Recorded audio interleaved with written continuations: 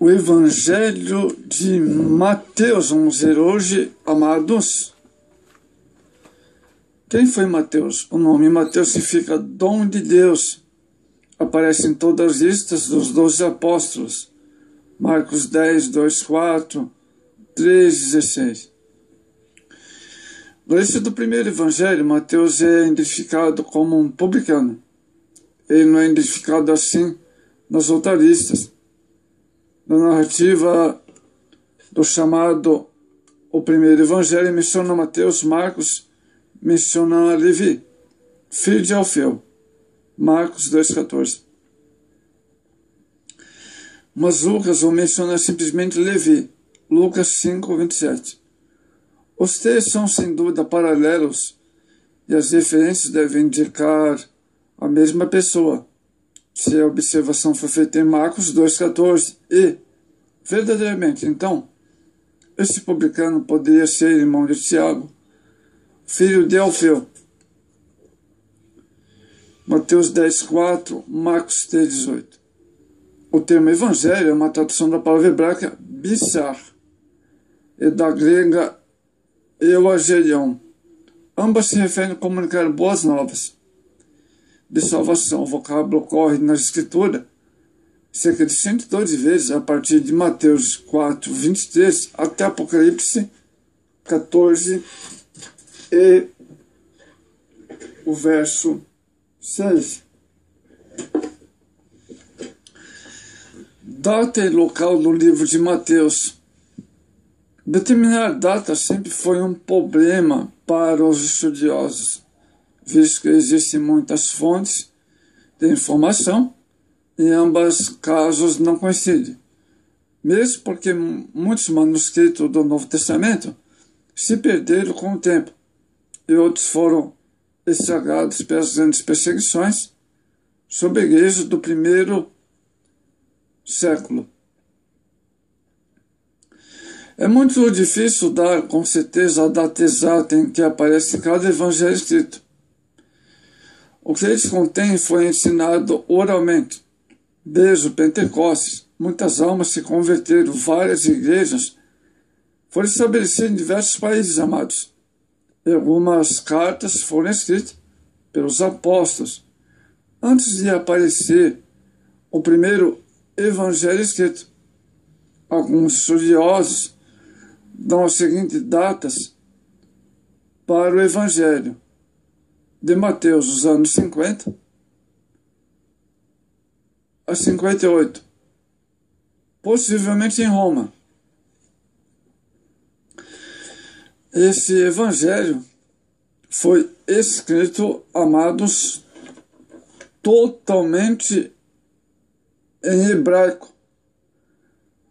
Amados irmãos, foi claramente escrito para os judeus e não para os gentios. Olha só que interessante.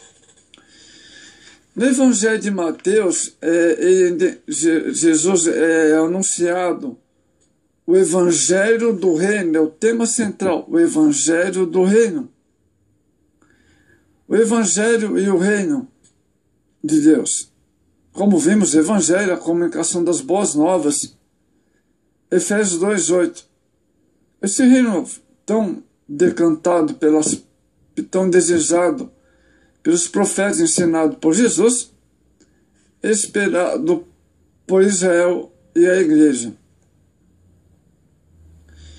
Êxodo 15, 18.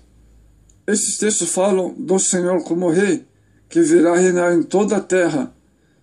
Por exemplo, Zacarias 14, 9, Isaías 52, 7.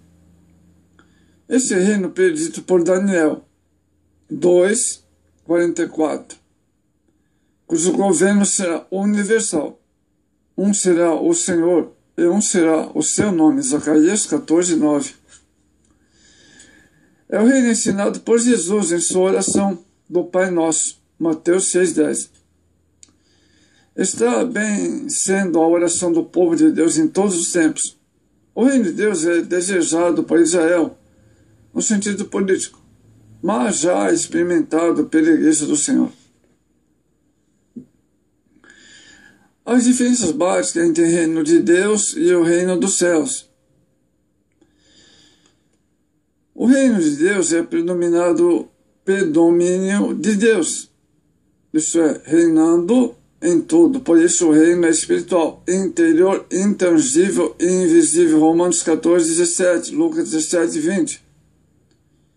O reino de Deus é universal e só entra nele pelo novo nascimento. Evangelho de João 3, capítulo 3.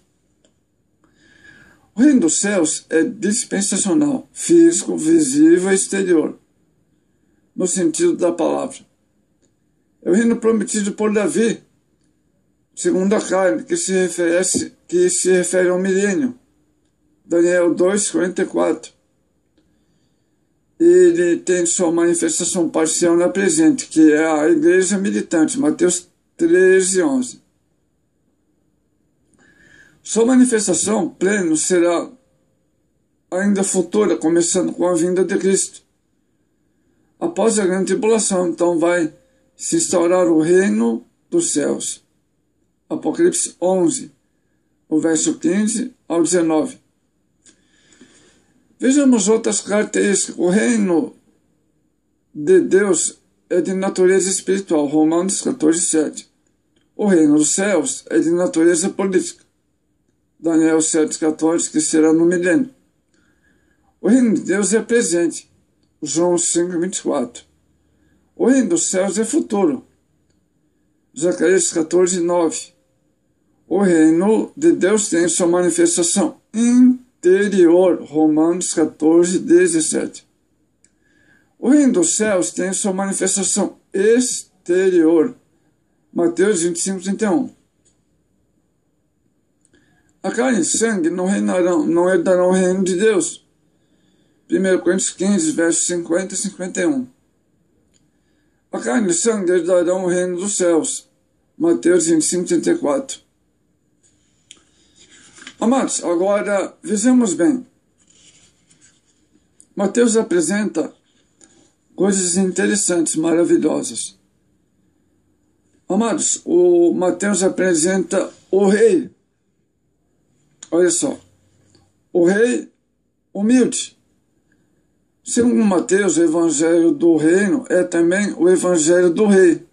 Nele a palavra reino ocorre 50 vezes. E só se pensa em um reino, quando se pensa no rei.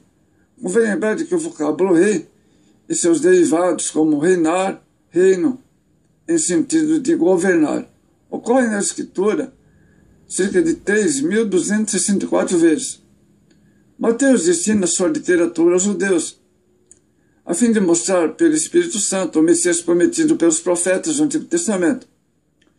Pois começou traçando sua genealogia de Abraão, pai da raça hebraica, e terminou com José, dando assim a descendência de Jesus.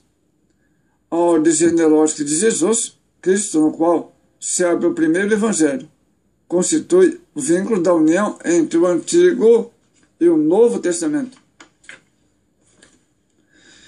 Mateus apresenta o rei humilde, os reis da antiguidade, generais de guerra, os vencedores exibiam grande pompa, o que era conhecido por todos. Mas o que caracterizou a vinda do rei Jesus no seu ministério divino, o aspecto foi a humildade. Isaías 53, verso 2 ao 3. Mateus apresenta o rei poderoso. João não era um rei, ou seja, Jesus não era um rei apoiado por um exército humano, mas era grande porque veio com uma missão específica. Ele era poderoso em seus feitos, Marcos 9, 25, em palavras também, Marcos 6, 2. Amados, Jesus é o rei que ensinava. O ministério de Jesus foi dividido em 3 estágios.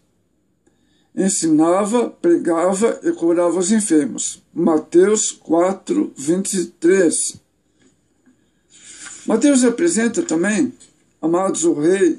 Mateus revela o rei. mais penso da igreja do Senhor Jesus é ver cumpridas as profecias referentes a esse reino de Cristo na terra, o milênio, pois a mesma estará com ele reinando no céu. 1 Coríntios 16, 22. Mateus revela o rei. Amados irmãos, o rei prometido. Isaías 9, versos 6 e 7.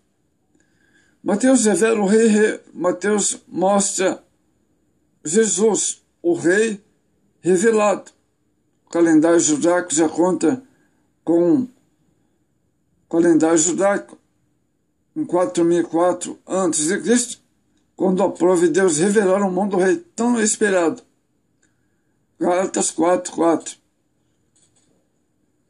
Jesus, o rei humanizado, ainda a expressão o reino de Deus não ocorra no Antigo Testamento. A ideia verifica-se que toda a extensão da atividade profética. Deus é mencionado no Antigo Testamento em vários lugares, como sendo o rei tanto de Israel como de toda a terra. Por exemplo, Isaías 6:5, Salmo 29:10. Jesus é o rei que virá.